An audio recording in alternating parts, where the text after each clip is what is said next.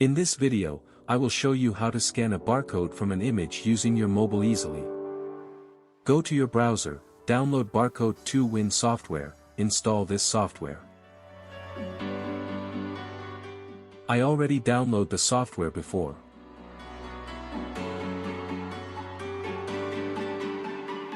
After finish installed, open the software. Check the box, forward the barcode to another application. Now open the Excel sheet to save the scanned barcode.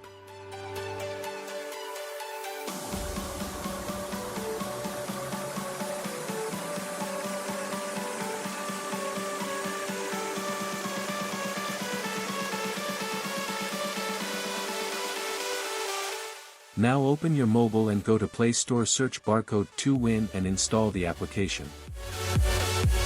Open the application and allow all access. Now to scan the computer screen QR code. See phone now connected. Now scan the barcode. See barcode scanned successfully. That's it. Enjoy. Hope you enjoyed the video. If you enjoyed the video, please like, comment, subscribe to my channel and share my videos with your friends. Thank you.